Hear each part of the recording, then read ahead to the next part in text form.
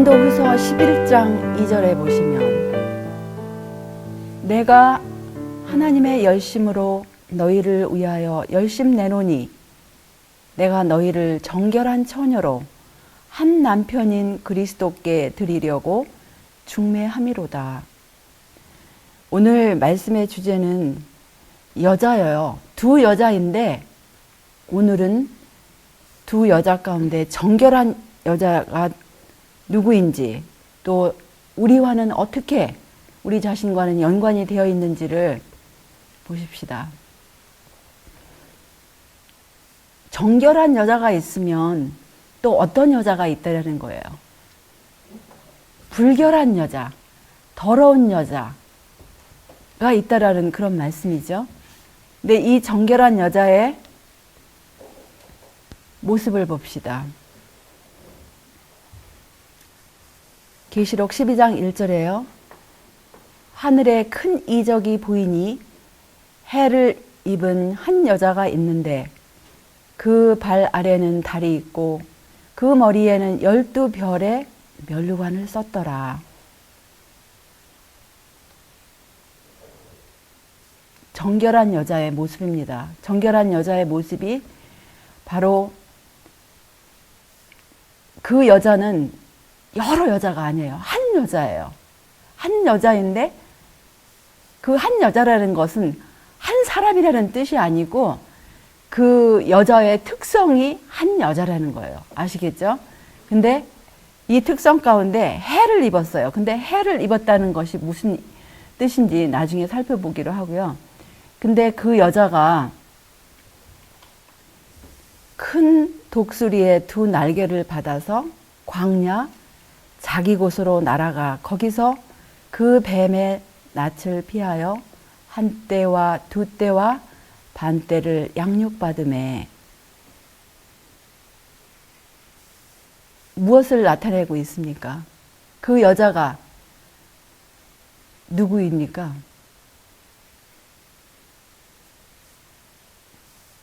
예수님께서 내가 이 반석 위에 내 교회를 세우리라.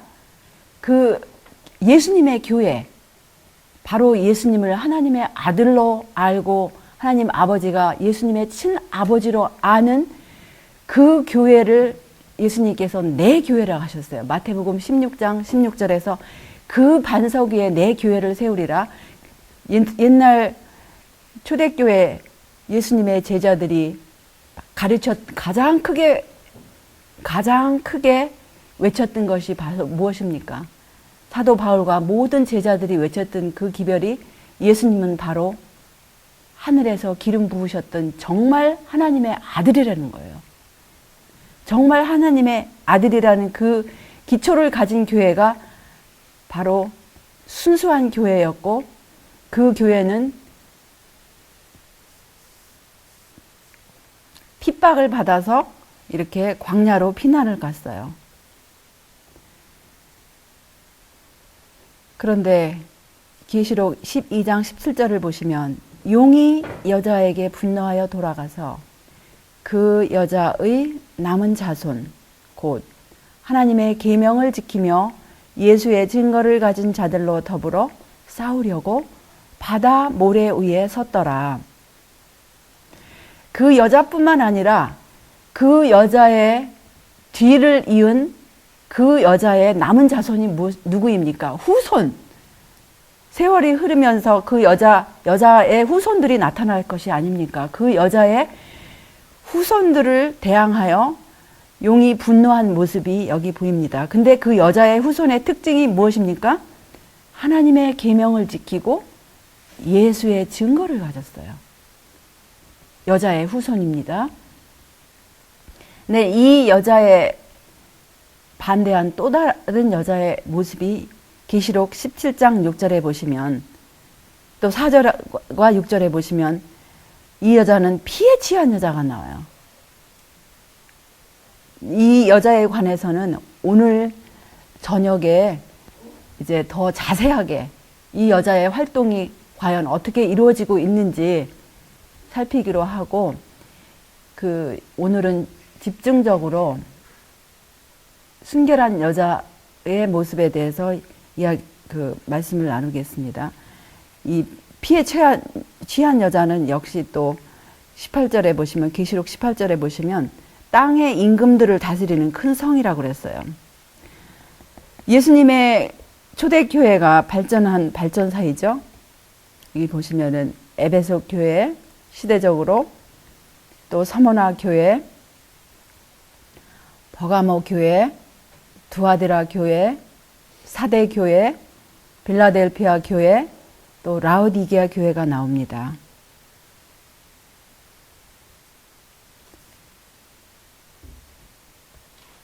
베드로전서 2장 9절에 보시면 오직 너희는 택하신 족속이요 왕 같은 제사장들이요 거룩한 나라요 그의 소유된 백성이니 이는 너희를 어두운 데서 불러내어 그의 기이한 빛에 들어가게 하신 자의 아름다운 덕을 선전하게 하려 하심이라.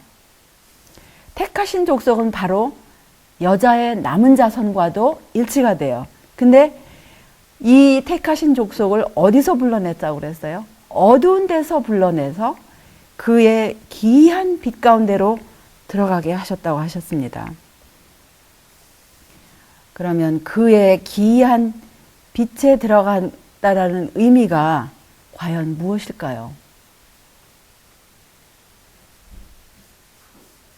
그의 기이한 빛에 우리가 하나님의 그 모습을 보시면 외적으로도 우리가 사람이 하나님께 가까이 이를 수 없는 그러한 빛을 가지신 분이라 그랬어요. 그래서 그 하나님께 우리가 지금 방금 보신 이 말씀처럼 어두운 데서 불러내어 그의 기이한 빛에 과연 우리가 이 세상에서 어떻게 들어갈 수 있을까요? 한번 말씀으로 살펴보십시다.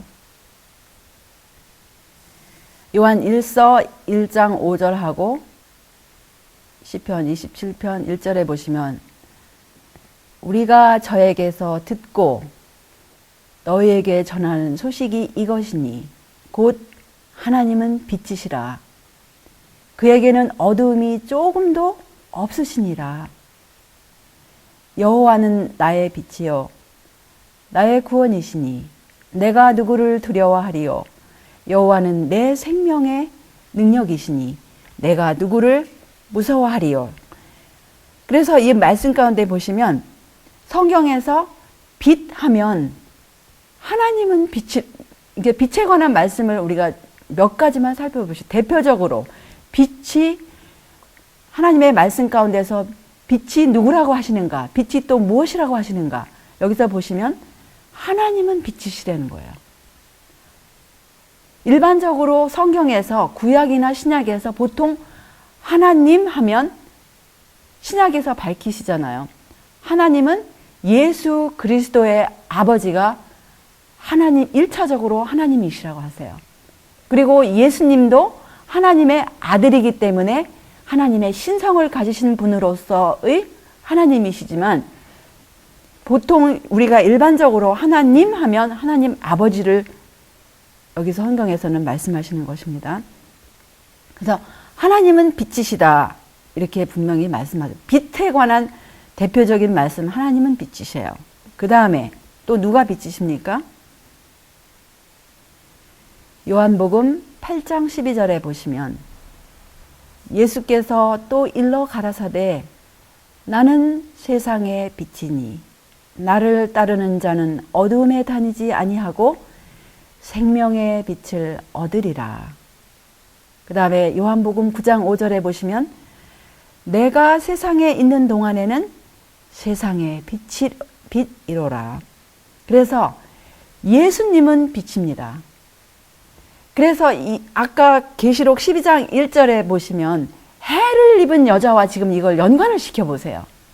해를 입었다는 것은 하나님 아버지에 관한 그런 성경에 우리에게 밝혀주신 말씀을 이해하는 교회입니다. 그 다음에 해를 입었다는 그 여자는 예수님에 관한 예수님의 사명과 예수님의 신분 예수님이 우리 개인에게 어떻게 이 마지막 때에 예수님이 나를 인도하고 계시는가, 그 빛을 받은 여자가 바로 해를 입은 여자이고 그 여자의 남은 자손입니다. 또 빛에 관한 말씀 시편 119편 105절에 보시면 주의 말씀은 내 발의 등이요 내 길의 빛이니이다. 주님의 말씀은 빛이에요.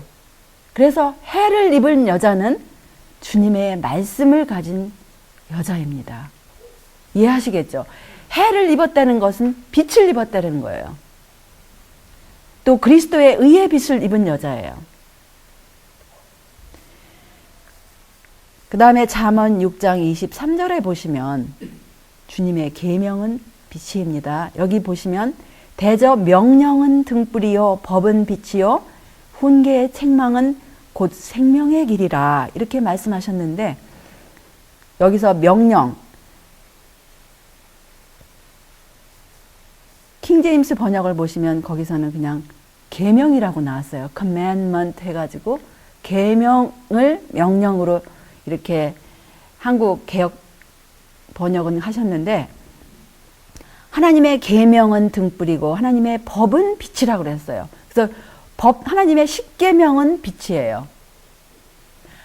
그래서 해를 입은 여자는 지금 계속 제가 맨 처음에 서두에 여러분께 소개한 그 성경 말씀과 이러한 성경 말씀을 연결을 하세요. 그 다음에 오늘날 우리들과 연결을 해 주시기를 바랍니다. 해를 입은 여자는 하나님에 관한 말씀의 빛과 또 예수님에 관한 말씀의 빛과 또 이 계명, 하나님의 십계명에 관해서 빛을 받은 여자가 해를 입은 여자이고 그 여자의 남은 자손인 것입니다. 이해하시겠죠? 예수님의 기도 가운데 저희를 진리로 거룩하게 하옵소서. 아버지의 말씀은 진리니이다. 우리가 거룩하게 함을 받고 싶지 않습니까? 근데 어떻게 거룩하게 함을 받을 수가 있겠습니까? 진리로 거룩하게 하옵소서 이렇게 기도하셨어요.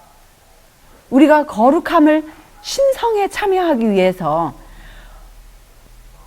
하나님의 자녀가 되기 위해서 진리로 거룩하게 하옵소서 기도하신 그 의미를 알아야 돼요. 그러면 진리로 거룩하게 함을 받는 것이 무엇인지, 진리가 무엇인지 한번, 진리가 과연 무엇인지 우리 생각대로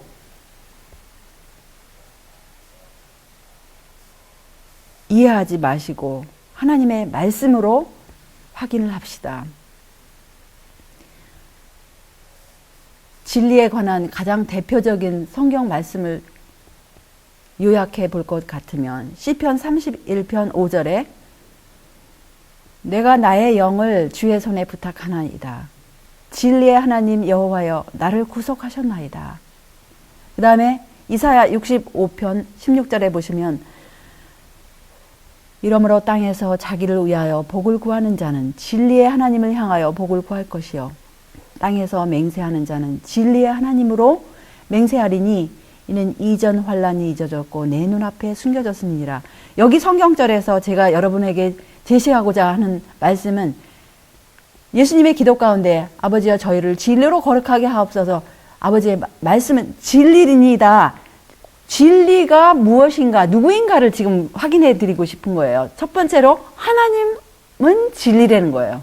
진리의 하나님. 하나님은 어둠이나 오류의 하나님이 아니고 아까 하나님은 빛의 하나님이라고 하셨죠. 하나님은 역시 진리의 하나님이십니다. 하나님은 진리이세요. 그래서 이 말씀 여러분에게 소개해드리고자 하는 것은 하나님은 진리라는 거예요. 그 다음에 요한복음 14장 6절에 보시면 예수님은 진리인 것을 이렇게 예수님 자신이 말씀하십니다. 예수님 자신이 진리예요. 예수께서 가라사대 내가 곧 길이요 진리요 생명이니 나로 말미암지 않고는 아버지께로 올 자가 없느니라. 예수님 자신께서 본인을 소개하시기를 예수님 자신은 길이시고 아버지께로 가는 길이시고 아버지께로 가는 진리이시고 아버지께로 가는 생명이십니다. 예수님 자신은 진리이세요. 그래서 또 아까 처음에 소개한 그 말씀이 아버지의 말씀도 진리입니다. 요한복음 17장 17절. 저희를 진리로 거룩하게 하옵소서. 아버지의 말씀은 진리예요. 아버지의 말씀은 진리예요. 또 시편 119편 142절하고 151절에 보시면 주님의 계명, 십계명은 진리입니다. 주의 의는 영원한 의요 주의 법은 진리로소이다. 아버지여 주께서 가까이 계시오니 주의 모든 계명은 진리니이다. 그래서 요 말씀 바로 전에 설명한 것처럼 빛에 관한 말씀과 진리에 관한 말씀이 일치가 돼야 안 돼요. 지금 딱 떨어져 맞습니다. 그렇죠? 아까 소개한 말씀처럼 빛에 관한 모든 성경절하고 진리에 관한 성경절이 지금 일치가 되는 것입니다. 하나님 아버지는 빛이셨고 예수님도 빛이셨고 말씀도 빛이었고 또 계명도 빛이었어요. 그리고 또 하나님 아버지는 진리셨고 또 예수님도 진리셨고 계명도 진리였고 말씀도 진리였어요. 그리고 그렇게 우리가 결론을 내렸을 때 하나님의 빛과 하나님의 진리는 똑같은 것입니다. 그래서 계시록 12장 1절에 나온 그 여자, 빛을 입은 여자는 바로 무엇을 입었다는 거예요? 진리의 말씀을 입은 여자입니다. 그 여자의 남은 자손도 역시 진리의 말씀, 특별히 계명에 관한 말씀을 입은 여자입니다. 요한복음 14장 15절하고 21절에 보실 것 같으면 많은 사람들이 주여 주여 하면서 내가 주님을 사랑하나이다 이렇게 고백을 하지 않습니까? 주님께서 하시는 말씀입니다. 너희가 정말 나를 사랑하느냐? 너희가 나를 사랑할 것 같으면 나의 계명을 지키리라 하시는 말씀이에요. 나의 계명을 가지고 지키는 자라야 나를 사랑하는 자니 나를 사랑하는 자는 내 아버지께 사랑을 받을 것이요 나도 그를 사랑하여 그에게 나를 나타내리라. 우리가 하나님과 예수님을 사랑하는 것은 주님의 계명을 우리가 순종하지 않으면서 하나님을 사랑한다 하고 내가 하나님의 자녀라고 하면 혼자 주장하는 거지 하나님 편에서는 아니라는 것이에요. 너희가 나를 정말 사랑할 것 같으면 나의 계명을 지키리라는 그런 말씀이십니다.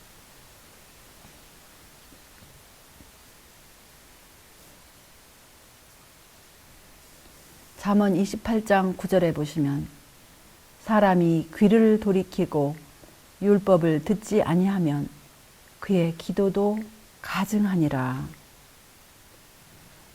우리 예수님의 모본이십니다. 빌립보서 2장 5절로 8절에 보시면 너희 안에 이 마음을 품으라.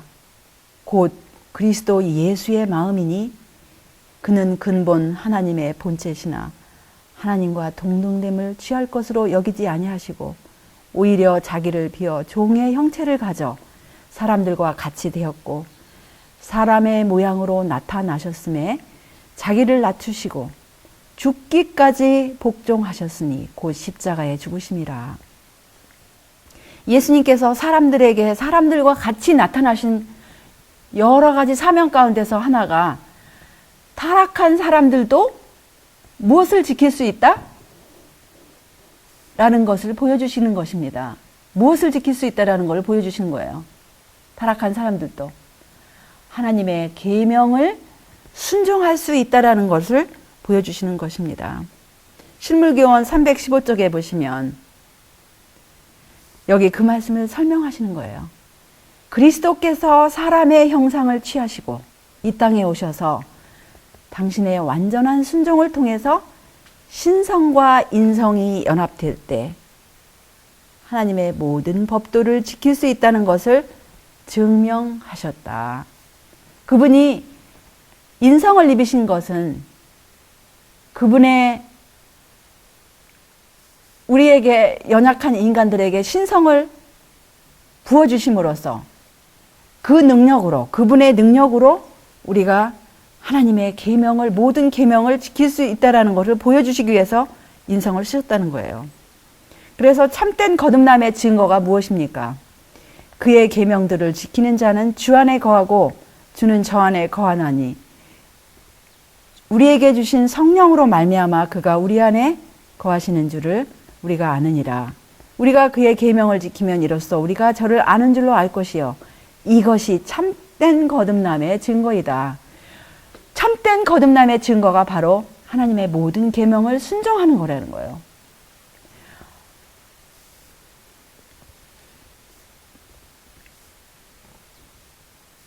그래서 여기 보시면 신의 성품을 나눠 받은 사람은 하나님의 크신 의의 표준, 곧 그분의 거룩한 율법에 일치하게 될 것이다.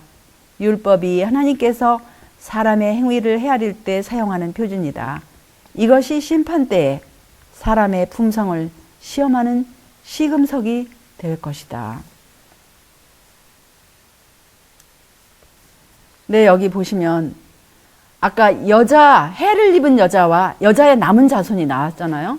여기 보시면 남은 교회는 큰 시련과 고통을 받게 될 것이다. 하나님의 계명과 예수의 믿음을 지키는 자들은 용과 그의 군대의 분노를 느끼게 될 것이다.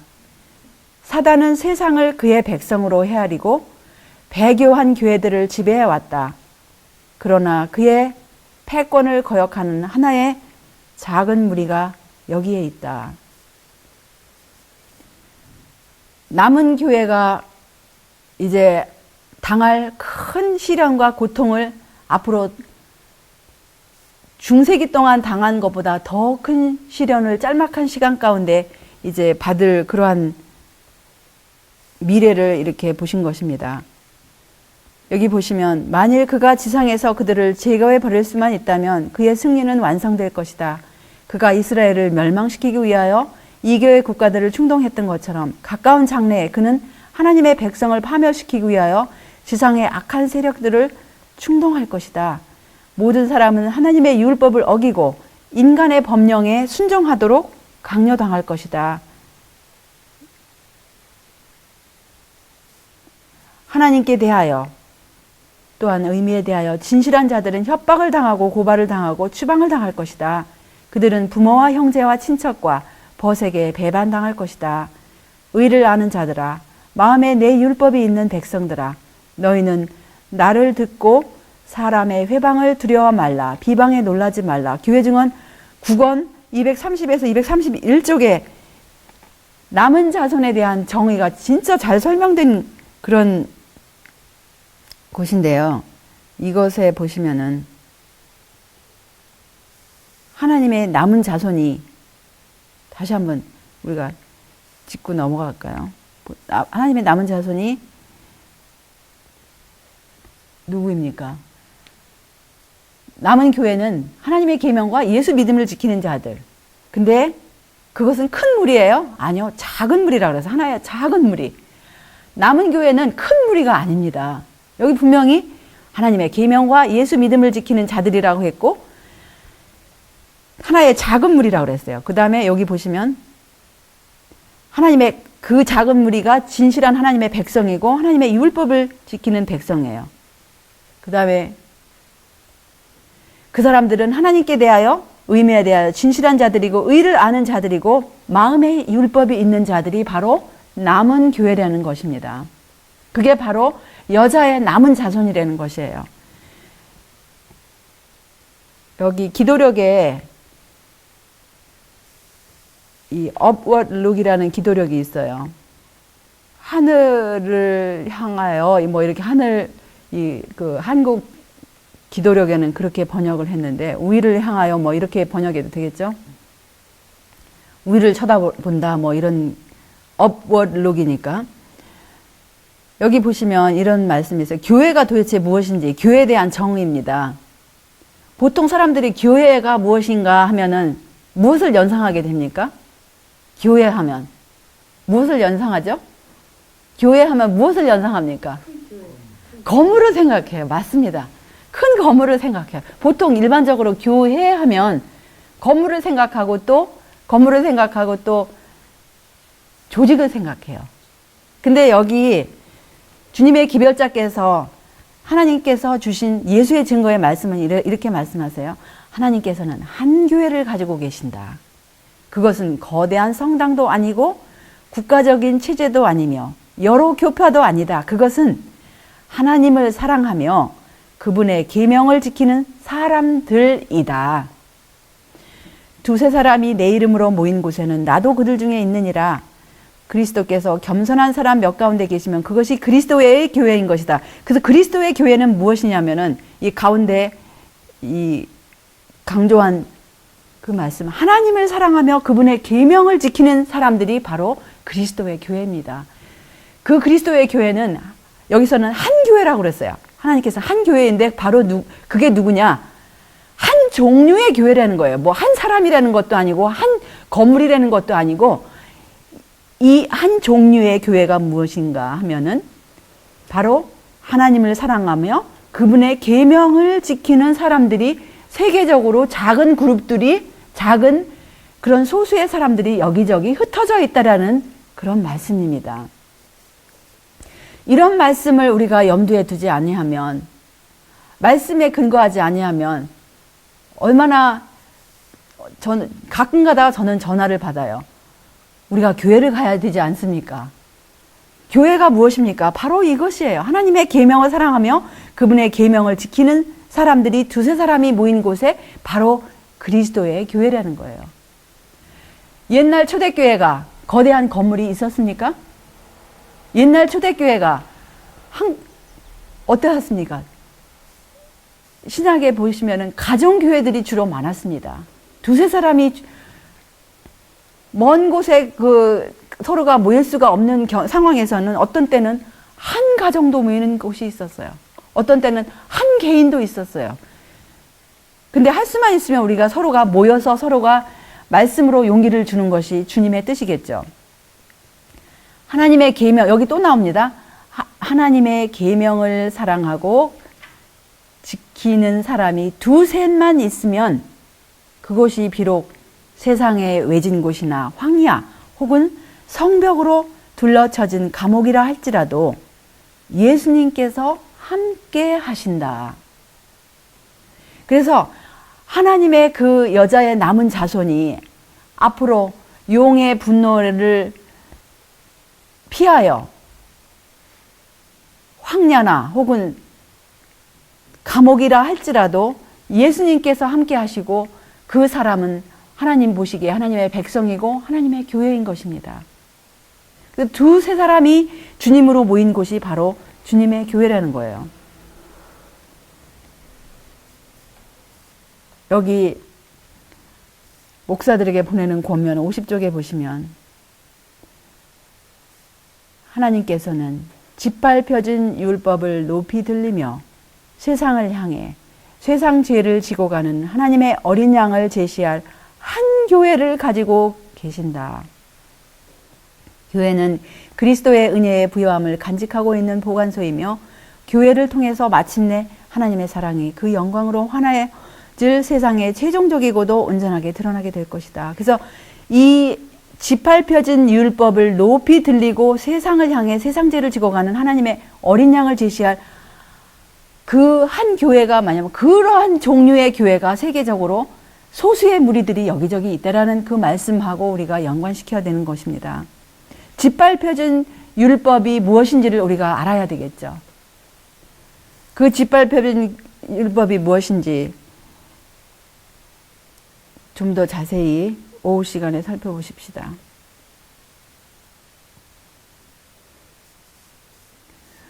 예수께서 그분과 아버지가 하나이신 것처럼 그분의 교회도 하나 되게 해달라고 간구하신 기도는 마침내 응답받게 될 것이다.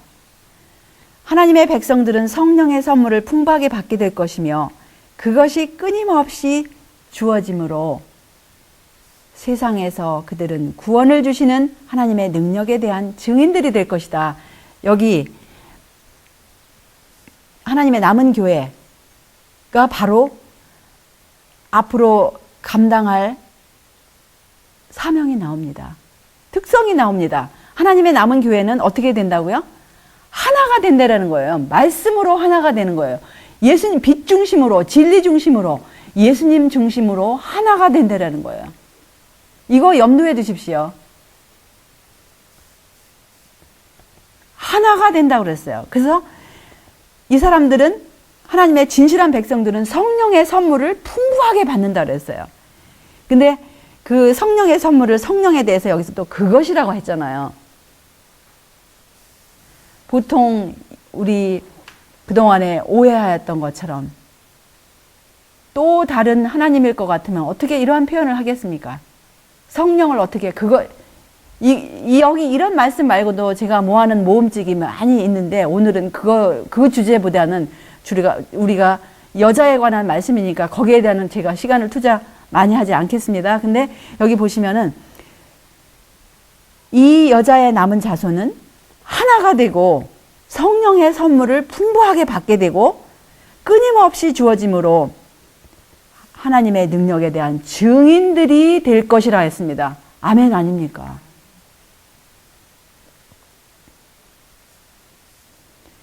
그래, 이 말씀이 어디에 다 있던 말씀이냐면 이게 주는 그 증언의 말씀은 50쪽인데요. 현재 파괴된 곳에 서서 울타리를 치고 옛 폐허화된 곳을 수축하는 교회는 세상에 하나밖에 없다. 그래서 이 원래 SDA가 형성되는 과정을 볼 때 중세기 동안에 파괴된 하나님의 계명, 하나님의 울타리, 중세기 동안에 그 타락한 피에 취한 여자에 의해서 계명이 땅에 떨어진 그 계명을 하나님께서 다시 회복시켜 주신 교회가 바로 어떤 교회였어요? 바로 제7일 재림교회였습니다. 하나님께서 한 때와 두 때와 반 때의 기나긴 세월 동안에 정말 소수의 무리가 분명히 있었지만, 눈에 보이지 않았지만, 윌리엄 밀러의 재림 운동을 그 신방 이후에 다시 한번 하나님의 말씀으로 돌이키게 하시고, 도대체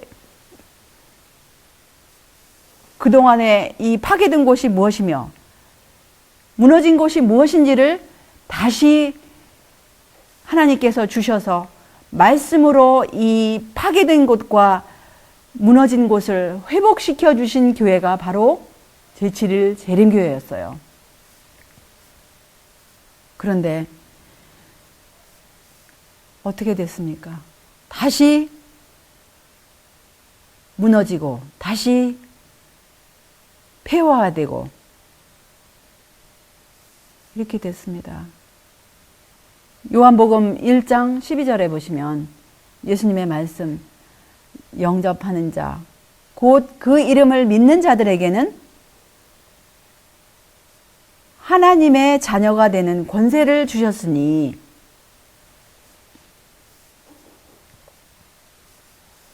하나님의 권세가 무엇입니까? 여기 실물교원의 315쪽에 보시면 이 권세는 사람들에게 있는 것이 아니다. 이 권세는 곧 하나님의 권세이다. 사람이 그리스도를 받아들일 때 그는 그리스도의 생애를 살 수 있는 능력도 받게 된다.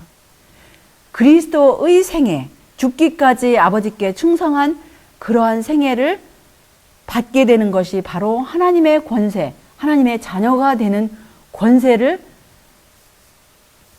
마지막 그 여자의 남은 자손은 이 권세를 받을 것입니다. 그래서 그 권세가 무엇인가 하면은 기록된 바 첫사람 아담은 산 영이 되었다 함과 같이 마지막 아담은 살려주는 영이 되었기 때문에 예수님께서 우리에게 오신 이유가 무엇입니까? 누가복음 4장 18절에 주의 성령이 내게 임하였으니 이는 가난한 자에게 복음을 전하게 하시려고 내게 기름을 부으시고 나를 보내사 포로된 자에게 자유를, 눈먼 자에게 다시 보게 함을 전파하며 눌린 자를 자유케 하고, 이 예수님의 사명에 대해서 우리가 얼마나 익숙한 말씀입니까? 근데 우리 개인적으로 이거를 적용을 해 보셨을까요? 우리가 이 말씀을 보시면 아버지께서 기름을 부으신 이유가 있어요. 그거는 첫 번째로 가난한 자에게, 심령이 가난한 자에게 복음이 전파되는 거. 아무한테나 복음이 전파되든가요? 나는 부자라 부여하여 내가 다 안다. 나는 이미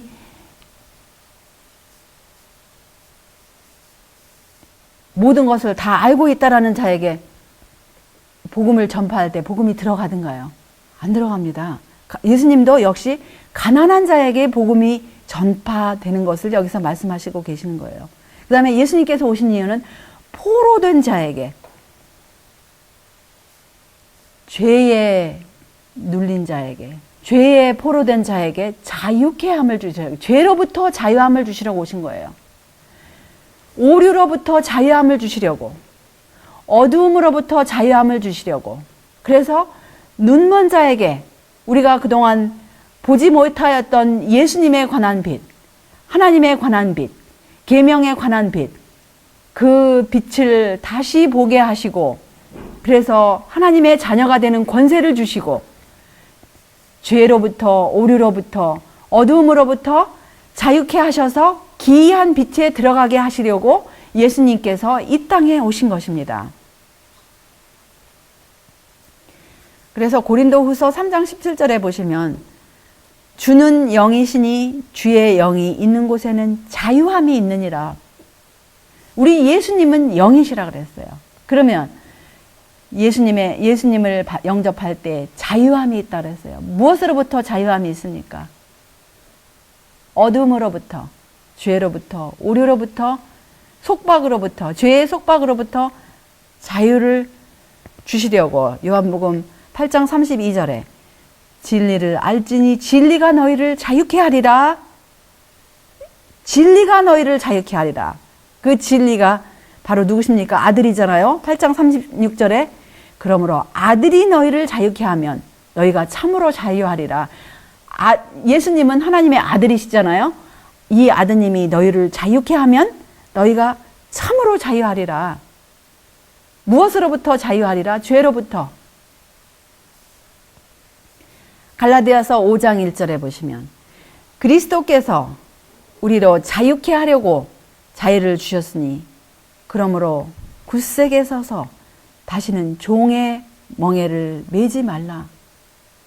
이 말씀들은요, 우리가 익숙하지만 우리 정말 자칫하면 이 말씀들을 우리가 놓쳐버리면 얼마나 자주 우리가 죄의 종으로 다시 돌아갑니까?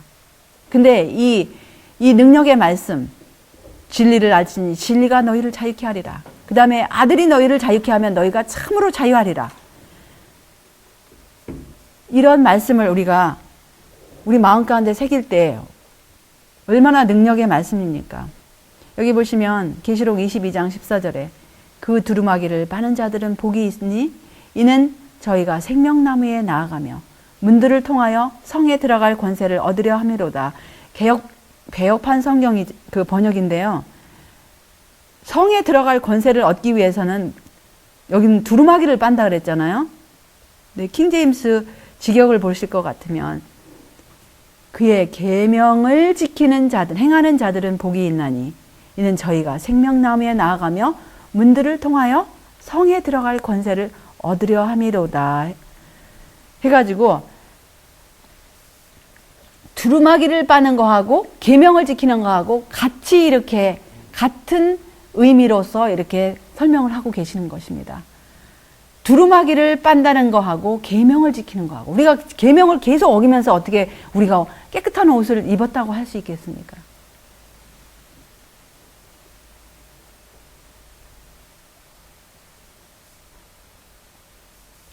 바로 뽑은 기별 2권 381쪽에 보시면 진리를 순종함으로 저희 영혼을 순결케 한 남은 무리들은 시련의 과정을 통해서 힘을 합칠 것이며 배도에 둘러싸인 가운데서도 신성의 아름다움을 나타내 볼 것이다.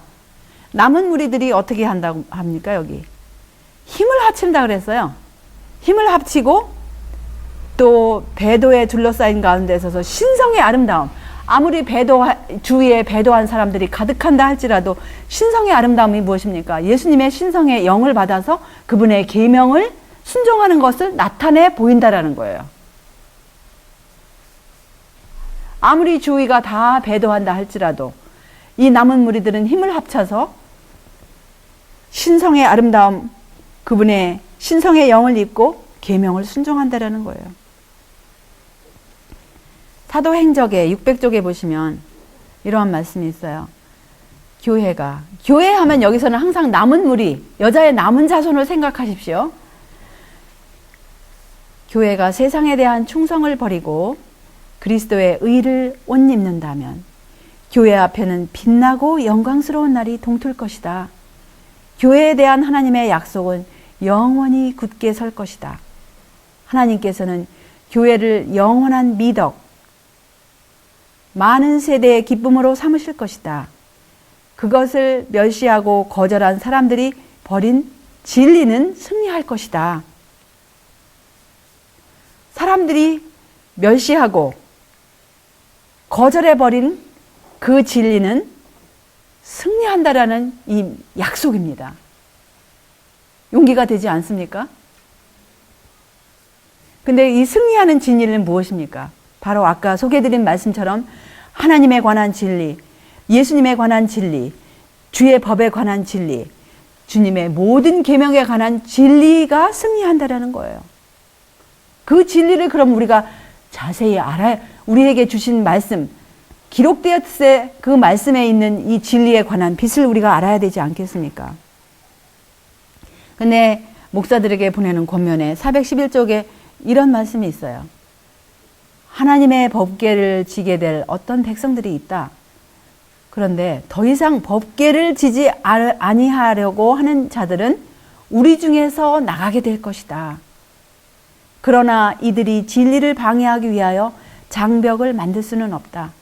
왜냐하면 그것은 끝날까지 앞을 향해서 그리고 위를 향해서 전진할 것이기 때문이다. 하나님의 법궤를 진 백성들이 바로 처음에 제7일 재림교인들이 이 법궤를 다시 회복되었고 그들에게 법궤가 주어졌어요. 1844년 이후에 진리를 위해서 열심히 연구한 결과 하나님의 계명에 관한 모든 빛을 그들에게 주지 않았습니까? 그런데 여기 예언을 합니다. 더 이상 법궤를 지지 아니하려는 한 자들은 우리 중에서 나가게 될 것이고, 근데 다른 곳에서는 많은 숫자가 나갈 거라는 그런 말씀도 있었어요.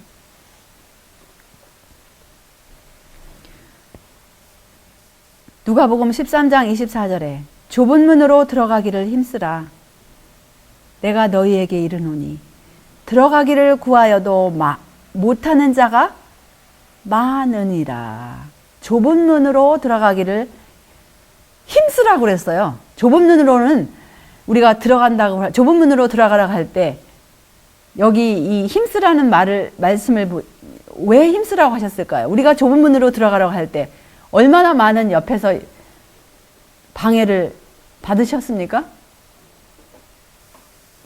얼마나 많은 공격을 받으셨습니까?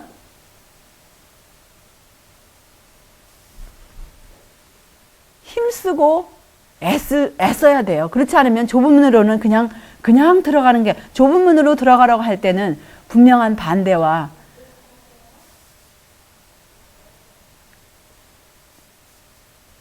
엄청난 장애물이 있는 것입니다. 여기 성경 주석에 보시면 또 옛날 시조에 1899년 시조에 이런 말씀들이 있어요. 거룩한 여인과 그 자손들로 상징된 하나님의 백성들은 극소수라고 한다. 계시록 12장 1절에 그 거룩한 여인과 그 자손들이 무엇입니까? 하나님의 계명과 예수의 믿음을 지키는 자들은, 하나님의 백성들은 극소수라고 한다. 마지막 때에 남은 자손이 여전히 있을 것인데 이 사람들에 대해서 요한은 말하기를 그들은 하나님의 계명을 지키며 예수 그리스도의 증거를 가진 자들이라고 하였다. 근데 이 사람들은 부조와 선지자 549쪽에 보시면 하나님의 택하신 사람은 자신들의 필요를 인하여 의무를 이행하는 일을 지체하지 않는 소수의 사람이었다. 의무가 무엇입니까? 우리가 계명 순종하는 게 아닙니까? 불과 소수의 위대한 사람들만이 마지막 엄숙한 사업에 참여하게 될 것이다. 교회 증언 5권 80쪽이었어요.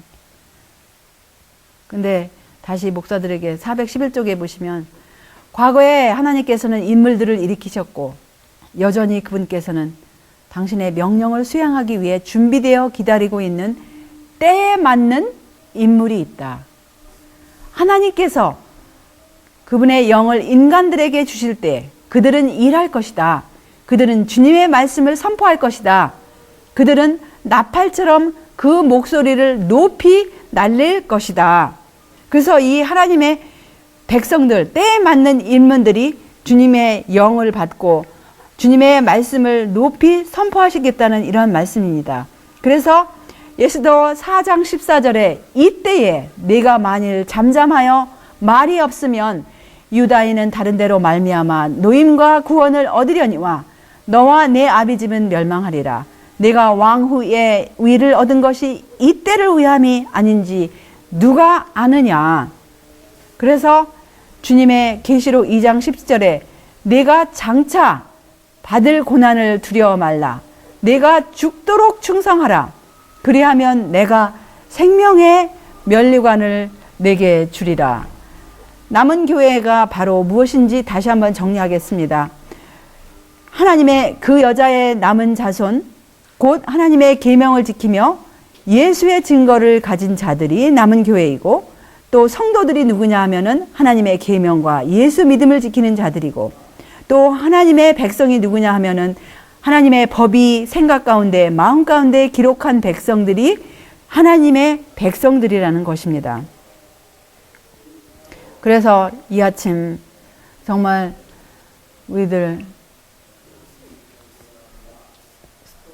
우리가 하나님의 남은 자손으로서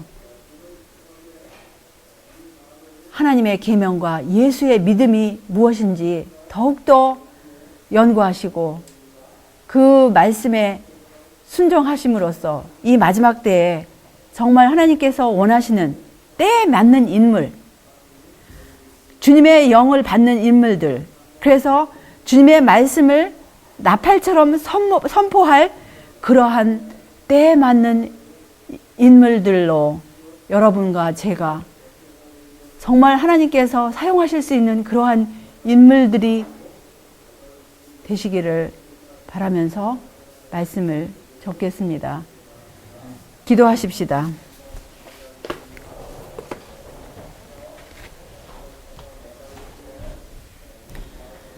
하늘에 계신 우리들의 아버지, 이 조용한 새벽 시간에 다시 한번 주님의 말씀을 상고할 수 있도록 인도하여 주시옵시고, 해를 입은 여자가 누구이며 그 여자의 남은 자손이 누구이며 주님께서 정말 원하시는 때에 맞는 인물이 누구인지, 하나님의 백성이 누구인지 그 순결한 여자에 대해서 공부할 수 있는, 연구할 수 있는 시간을 주심을 인하여 다시 한번 감사합니다.